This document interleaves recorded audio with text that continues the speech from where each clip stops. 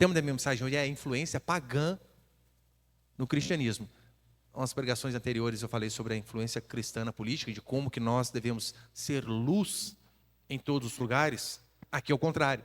Aqui eu vou mostrar para vocês quando que o paganismo entra dentro da igreja cristã, e você vai ver que tem tudo a ver com a nossa realidade aí, com o nosso tempo. Primeiro princípio, então, o evangelho multicultural.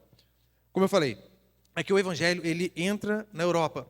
Paulo e Timóteo, eles posteriormente vão se juntar também a Lucas, quem escreve, e eles vão passar visitando as igrejas que eles tinham proposto. E aqui nós vemos que é um marco muito importante para o cristianismo. Nós vemos que no decorrer dessa segunda viagem missionária, mesmo aqueles homens de Deus com planos, e planos de fato corretos, eles queriam evangelizar toda a Ásia. E esse era aquilo que eles tinham em mente. Só que nós vemos que não há problema em um homem fazer planos. Na verdade, nós temos o dever, de fato, de nos planejar para qualquer coisa. Não apenas em relação à pregação do evangelho, mas nas nossas vidas devemos ter metas. E nós vemos que esses homens agiam exatamente assim. Só que, por mais que nós façamos planos, devemos sempre deixar em aberto caso Deus queira mudar. E por vezes é isso que acontece. Nós planejamos algo e Deus de repente vai ali e muda o caminho. Isso serve para esses missionários, como eu preguei na última mensagem, mas serve para nós em qualquer área da nossa vida. Façamos os nossos planos, tenhamos as nossas metas, só que se todavia nós vermos que Deus está movendo para um lado diferente, temos que estar dispostos a abrir mão daquilo que tínhamos planejado para seguirmos a vontade de Deus. Por qual motivo? Porque não há nenhum lugar tão bom para se estar do que estar no centro da vontade de Deus. Este deve ser o nosso foco. Sempre sermos obedientes a Deus em tudo. Relacionamento, onde morar, onde congregar, o que fazer, profissão a seguir, como agir no casamento, com os filhos, em todas as áreas. É interessante que na última mensagem eu falei sobre o versículo 6. Acompanhe comigo, é Atos 16, 6. Nós vemos que aqueles homens tinham planos, mas olha o que aconteceu, Atos 16, 6. Atravessaram a região frígio-gálata, mas foram impedidos pelo Espírito Santo de anunciar a palavra na Ásia. Quando chegaram perto de Mísia, tentaram ir para Bitínia, mas o Espírito de Jesus não permitiu. Ou seja, aqueles homens, eles tinham, de fato, o desejo de evangelizar toda a Ásia. Só que aqui 2 vezes é dito, Deus não permitiu. E então, o Espírito Santo se move para Filipos, e ali o evangelho entra na Europa. Aqui no versículo 12, vai dizer assim, Atos 16, 12. De lá fomos para Filipos, colônia romana, e a cidade mais importante deste distrito da Macedônia. Ali ficamos alguns dias. Filipos era uma cidade da Macedônia que era uma província romana. O que era uma província romana? Era uma cidade estratégica e basicamente ela abrigava veteranos de guerra. As pessoas batalhavam ali pelo Império Romano e então, depois como recompensa de suas lutas, de suas batalhas, de suas guerras, eles tinham essas cidades onde eles pagavam impostos quase que zero e tinha várias outras coisas que eles ali podiam fazer também. E por mais que fosse uma cidade, uma província do Império Romano, o que predominava ali era a cultura grega. E é importantíssimo você guardar isso aqui que eu vou falar. Por quê? Que é importante você saber que o que dominava ali era a cultura grega. Porque os romanos, eles basicamente cultuavam os mesmos deuses gregos. Eles, na verdade, apenas mudavam alguns nomes. Opa, sumiu aqui. Eles apenas mudavam alguns nomes, mas basicamente era a mesma coisa. Tanto é que Zeus, na cultura grega, é Júpiter, na cultura romana. Só muda o nome. Poseidon, se eu não me engano, é Netuno. E Afrodite é Vênus. É o nome do nosso sistema solar, né, dos planetas, não sei se você percebeu aí. A única diferença é que o Império Romano, eles tinham um deus a mais. Qual deus era esse? O imperador. Eles tinham um culto ao imperador. E Filipos era uma cidade portuária de sua época. E por conta de ser uma cidade portuária, né, ali navios, barcos vinham, chegavam, iam embora para todo que é lado. E Deus, que mudou o plano desses homens, colocou-os justamente neste lugar. Você pode pensar, mas por quê? Por que Deus preferiu justamente este lugar? Ora, é estratégico. Numa cidade portuária, naquela época, tinha um fluxo maior de pessoas indo para tudo que é lado. Se fôssemos trazer isso para hoje em dia, imagine nós tivéssemos o plano de, olha, vamos evangelizar todo o Vale do Paraíba. São José, Taubaté, Pindamonhangaba. Mas aí Deus vem e muda os planos e nos coloca em Guarulhos, onde tem o aeroporto. Chega gente de tudo que é lugar do mundo e vai gente para tudo que é lugar do mundo. Ou seja, para o evangelho se espalhar por toda a terra, uma cidade como Guarulhos seria mais estratégica do que Pindamonhangaba, Taubaté, São José e por aí vai. Então Deus fez isso de forma planejada. E do versículo 13 em diante, nós veremos de fato como que o poder do evangelho ele é universal. Universal no sentido de alcançar todas as classes sociais e todas as crenças. Nós veremos que pessoas com níveis de vida diferentes, financeiramente falando, e com crenças totalmente diferentes, são alcançados pelo mesmo evangelho pregado por Paulo e seus companheiros. Porque o evangelho ele não é restrito a apenas um tipo de pessoa. Não pense que o evangelho veio apenas para os pobres. Sim, ele veio para os pobres, mas para os ricos também. Não pense que o evangelho ele vem com o objetivo de catequizar o ímpio. O ímpio sim, mas não só o ímpio. O ímpio, o católico, o adventista, todos eles. E a partir do versículo 13, o que nós veremos aqui de fato, é a conversão de Lídia, uma mulher que era extremamente rica e adepta ao judaísmo. Ela não era prosélita, era temente a Deus, apenas adepta ao judaísmo. Depois nós veremos a conversão de uma jovem possessa, que era escrava, uma rica, e agora uma escrava, e pior, adepta a religiões totalmente ocultistas, de demônio mesmo. E veremos também a conversão do carcereiro, um cidadão romano, que tinha como finalidade cultuar o imperador. Alguém que não era nem tão rico, nem tão pobre, mas cultuava o imperador. Nessas três pessoas estavam representadas a classe alta, a classe média, a classe baixa, e todo tipo de pessoa. Isso é óbvio, serve de esperança para nós. Em que sentido? O evangelho ele alcança qualquer pessoa. Não importa. Eu sei que por vezes nós vemos, olha, fulano lá, conhecido, parente, amigo. A pessoa é muito inteligente, muito rica, porque a tendência aos ricos não darem ouvidos ao evangelho. Mas Lígia se converteu. Diz a Escritura que enquanto Paulo pregava, o Espírito Santo abriu o coração dela. E nós veremos que sim, o evangelho ele alcança os ricos. Então ele pode alcançar aquele seu patrão rico, que você pensa que é impossível. Ele pode alcançar aquele seu parente místico, que acredita em tudo que é tipo de coisa, em tudo que é tipo de religião. E pode alcançar até aquele seu conhecido, que é idólatra do Estado, que era o caso do carcereiro, alguém que idolatrava o Estado. Ou seja, nem o petista está perdido para o evangelho. Até ele. Óbvio. Ontem nós estávamos aqui no curso de membros falando isso, né? Olha, nós temos que pregar o evangelho para todos, inclusive para esses. Temos que orar para que eles se convertam também, claro.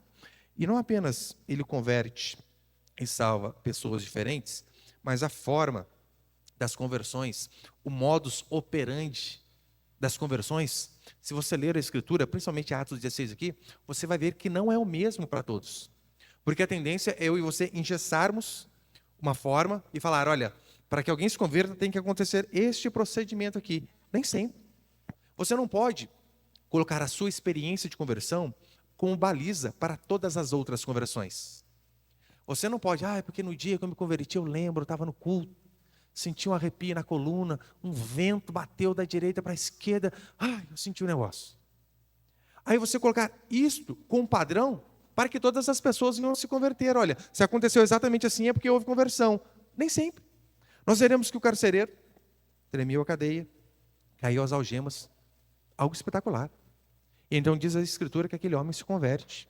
Mas no caso de Lídia foi totalmente diferente. Ela estava ouvindo a pregação de Paulo. E convenhamos, a pregação de Paulo era ruim. Pastor, a blasfêmia. Não é ele quem diz isso. Ele diz que minha presença é fraca. Lembra que certa feita Paulo está pregando e um jovem está na sacada, dorme na pregação de Paulo, cai e morre. Comigo já aconteceu só a primeira parte, né? Dormi na minha pregação. Espero que você não caia da cadeira e morra. Mas Paulo dizia que a sua presença era fraca. As cartas eram firmes, mas sua presença era fraca. Só que então aquela mulher ouvindo uma pregação talvez não tão impactante, diz a Escritura que ela ouve e crê. Não teve chão tremendo, não teve algemas caindo, não teve fogo descendo do céu, mas simplesmente um homem pregando o sermão e aquele coração foi compungido e ela se converteu. Portanto, não coloque a sua experiência de conversão ou até mesmo a sua experiência com Deus como baliza para as outras pessoas, porque este é um grande erro que por vezes cometemos. Nós achamos que as experiências são bases doutrinárias e não são. Experiência com Deus, cada um tem uma, diferente. E não quer dizer porque alguém teve uma experiência mais calorosa, mais pentecostal, e o outro mais reformado, né, igual Lídia, porque aqui nós temos os dois lados, né? Pentecostal e reformado. Não quer dizer porque as experiências foram diferentes que Deus não agiu. Então, Deus age de todas as formas e alcança todos os povos. Segundo,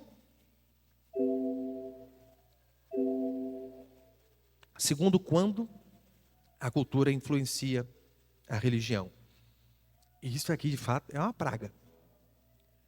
O que se espera é que a nossa religião, a nossa fé, a nossa crença no Deus ao qual servimos, sirva como influência para a cultura, para que a cultura não se corrompa.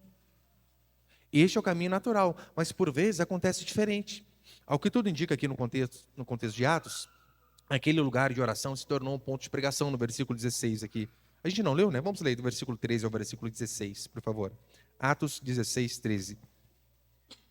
No sábado, saímos da cidade para a beira do rio, onde julgávamos haver um lugar de oração, e sentados, falávamos às mulheres ali reunidas. Uma mulher que nos ouvia, chamada Lídia, vendedora de tecidos de púrpura da cidade de Tiatira, era temente a Deus. O Senhor lhe abriu o coração para acolher as coisas que Paulo dizia. É interessante, né? Quem abriu o coração? O Senhor. O homem prega, mas é Deus quem abre o coração. Verso 15. Depois de batizada com as pessoas de sua casa, ela suplicou: se me considerais crente no Senhor, entrai e permanecei em minha casa. E nos compeliu a isso. Verso 16. Aconteceu que quando íamos ao lugar de oração, veio ao nosso encontro uma jovem que tinha um espírito adivinhador e que, adivinhando, dava grande lucro aos seus senhores. É interessante que essa frase aqui, espírito adivinhador, no grego é espírito de Piton, a cobra gigante lá do Amazonas.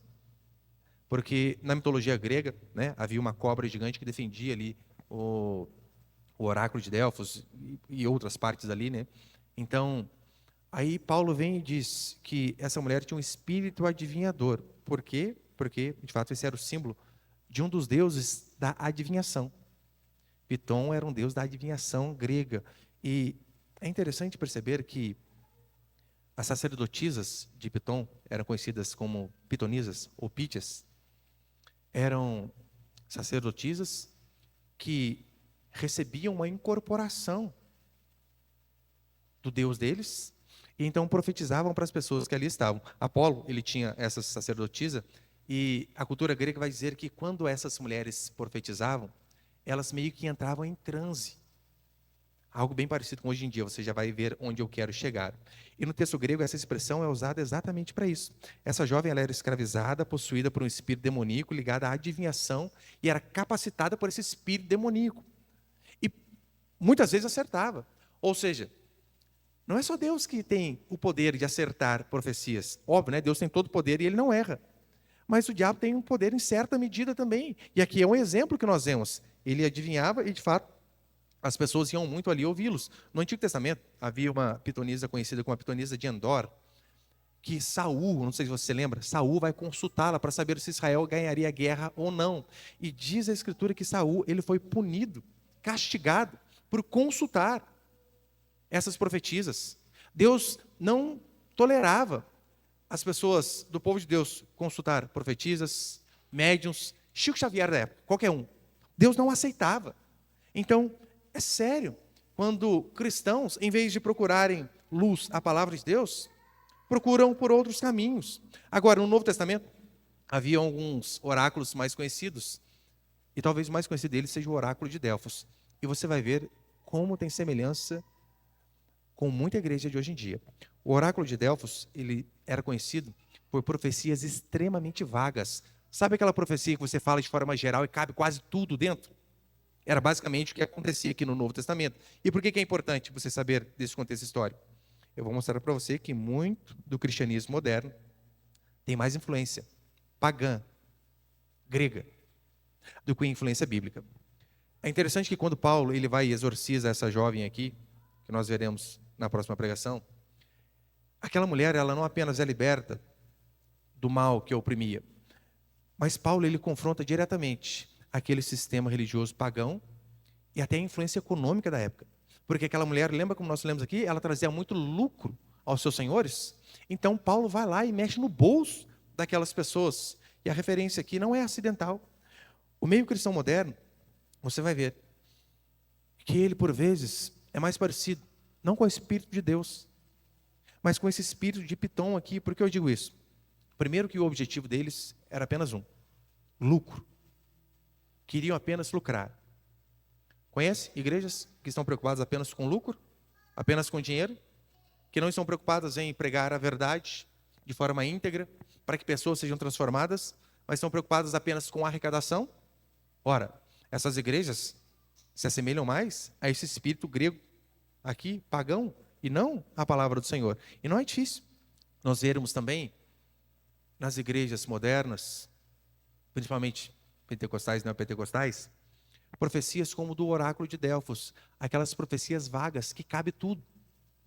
Quantos aqui já não ouviram pregadores com profecias do tipo: tem alguém aqui com um problema na família?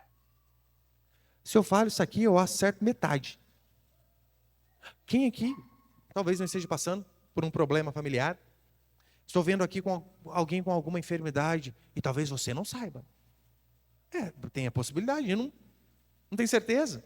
Às vezes você está bem, mas faz ali um exame e está ruim. Veja o inimigo tentando te derrubar. Ora, é óbvio. O papel dele é matar, roubar e destruir. Então, essas profecias vagas que nós vemos hoje em muitos púlpitos não tem a ver com o cristianismo. Se assemelha mais a essa cultura pagã, grega. Quer ver outra semelhança? Reparou, como eu disse aqui, que aquelas profetisas de Pitom, elas entravam em transe para profetizar? Literalmente, elas incorporavam o Deus delas ali. Você já viu em alguma igreja cristã hoje em dia isso daí? A pessoa está pregando, de repente ela vai falar algo para alguém. Tem um negócio, né? Eis que te digo. Oh, papai, hein? É isso mesmo? Vou falar.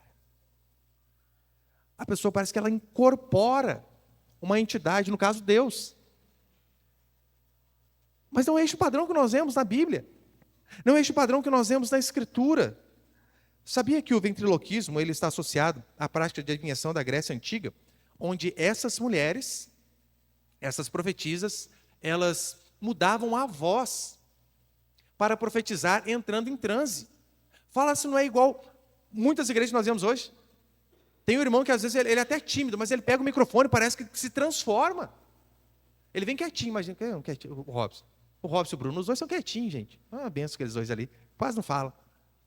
Daí você imagina, o Robson vem aqui quietinho, sobe até tímido assim, ó. Na hora que pega o microfone, Senhor, fala nesta noite, aleluia. O que aconteceu com o rapaz? Transformou? Muda a voz. Você já viu pregador que muda até o tom de voz? Tem um pregador que chama não sei o que, Trovão, né?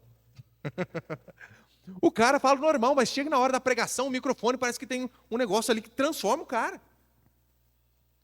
É interessante que esse tipo de atitude não tem a ver com o cristianismo. Porque se você for, por exemplo, ali para o Antigo Testamento, você vê como que os homens de Deus profetizavam, Isaías, Jeremias, não tinha transe, não tinha mudança na tonalidade de voz, não tinha o eis que te digo, mas eles apenas falavam assim: assim diz o Senhor. E pronto, acabou. E falavam aquilo que Deus mandou. Por que é importante você saber disso? Para que você de fato saiba de onde vem a inspiração da sua igreja. Os pregadores que você ouve, as pregações que você costuma assistir. Então é importante saber dessas coisas, porque os profetas do Antigo Testamento, eles não agiam dessa forma. E Paulo, ao confrontar aquele sistema e expulsar aquele demônio, ele não apenas mostrou que Jesus de fato tem o poder sobre todas as coisas, mas ele também trouxe um grande problema econômico para aquelas pessoas que viviam daquele dinheiro. E tinham um grande lucro, como nós lemos aqui. E você vai ver que, se formos contemporizar isso, tem muitas religiões, muitas igrejas que não vem problema na nossa pregação expositiva, nas nossas aplicações, não vem problema, desde que você não afete o bolso deles. Porque aqui esses homens ficaram extremamente furiosos, porque não foi porque Paulo estava pregando a salvação, o céu, no nome de Jesus Cristo, mas foi porque ao pregar aquilo lá e ao expulsar o demônio daquela moça, a esperança que eles tinham de lucro acabou. Ou seja, mexeu no bolso, aqueles homens ficaram extremamente bravos. E assim funciona também hoje. Muitos pregadores aí não se importam. Grandes pregadores com aquilo que a gente prega. Toca no bolso deles para ver. Nós tivemos durante muitos anos programa numa rádio, pegava boa parte da nossa região aqui, e eu lembro que tinha um apóstolo, começa por aí, né? Apóstolo. Ele, das 24 horas de programação, 12 era dele. Dominava a rádio. E era uma rádio ali onde tinha essas profecias neopentecostais dele, tinha uns outros meio doidos, uns mais normais, igual eu, igual o pastor Rodrigo. E tipo assim, ele nunca causou problema comigo, né? Nunca. Até o dia em que eu comecei a condenar as falsas adivinhações dele. Porque ele era daquele tipo, né? Você ligava na rádio, e parava atrás. Deus está mostrando algo aqui para mim. Falava um monte de besteira e falava: se você não vir à igreja, você não vai ser liberto. Venha e converse comigo. E venha com sacrifício preparado. Era picareta desse jeito. O pior é que muita gente caía. Aí então eu lembro que eu comecei a pregar condenando essas coisas, apenas a pregação expositiva que eu fazia ali. Pensa no homem que começou a ficar bravo. A ponto do dono da rádio ligar para mim: ô pastor, fulano lá pediu para eu arrancar você da rádio. Eu falei: por quê? Você está pregando tudo contrário daquilo que ele fala. Queria que eu saísse. Eu falei: eu não vou sair não. Se o senhor quiser me tirar, o senhor tem o poder aí, né? A rádio é sua. Mas eu não vou parar de falar aquilo que eu acredito, não. Então, acontece esse tipo de coisa. Agora, olha a importância. Você saber de onde vem a sua fé e de onde vem a sua prática. Você precisa olhar para a Escritura e saber que nela está não apenas o nosso conceito de culto, mas a forma como nós nos comportamos no culto, como pregamos, como fazemos, como você age em qualquer área da sua vida.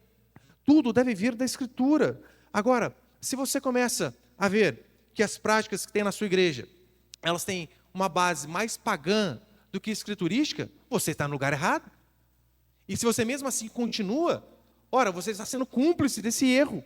A Bíblia é o nosso modelo de fé e prática. Ela deve ser o nosso guia, a nossa crença em todas as práticas da nossa vida. E quando que o Evangelho genuíno de fato for pregado, se nós fizermos isso, se nós não nos deixarmos sermos influenciados pela cultura pagã, e pelo contrário, se nós formos a influência neste mundo podre, formos uma voz, ainda que sozinha, lembra João Batista pregando no deserto? Só ele, só ele. Se nós formos essa voz bíblica e correta, se nós deixarmos que a nossa maior influência seja a palavra do Senhor e não a cultura secular, não o paganismo, não as filosofias platônicas, aristotélicas e por aí vai, se nós formos influenciados apenas pela Escritura, o que vai acontecer é o que exatamente acontecia aqui em Atos capítulo 16. Todo tipo de pessoa era alcançado. Pessoas que eram adeptas ao cristianismo, pessoas que eram simpatizantes do cristianismo, pessoas que eram de religiões ocultistas, pessoas que eram idólatras do Estado, e não apenas pessoas de todas as religiões, mas pessoas de todas as classes sociais. Sim, porque o Evangelho, ele tem o poder de alcançar o pobre. A tendência é até mais fácil, é o pobre, porque o pobre não tem nada. Tem um casal de amigos que eles ficaram um tempo na Suíça, se eu não me engano, e país de primeiro mundo, o Evangelho de fato tem um poder reduzido, porque, ora, lá eles têm o que eles querem. Lá eles não têm as dificuldades que a gente tem. Lá eles não pagam R$30 no pó de café. Então, quando nós pregarmos o Evangelho de forma genuína, até essas pessoas abastadas e ricas, como Lídia era, como eu preguei na última mensagem, vendedoras de púrpura, com posses, o Evangelho alcança todas as religiões e todas as classes. O pobre, o rico, de classe média, mais ou menos. Mas para isso, é de suma importância que a nossa inspiração não seja os coaches da internet, não seja a cultura pagã vigente, não seja a cultura secular. Nós não precisamos dessas coisas para pregar o Evangelho. Nós não precisamos colocar uma roupinha contemporânea e moderna para que o Evangelho seja aceito. Nós precisamos pregar o Evangelho de forma integral e pura. E o resto, Deus vai se encarregar. Não foi o que aconteceu com Paulo? Paulo simplesmente pregava a mensagem do jeito que Deus mandava, e diz a Escritura que enquanto ele pregava, Deus abriu o coração de Lídia. E se nós formos fiéis ao nosso Senhor, pode ter certeza, veremos pessoas de todas as classes sociais e de todas as crenças se prostrando diante do único Deus verdadeiro, nosso Senhor Jesus Cristo. Amém, meus queridos?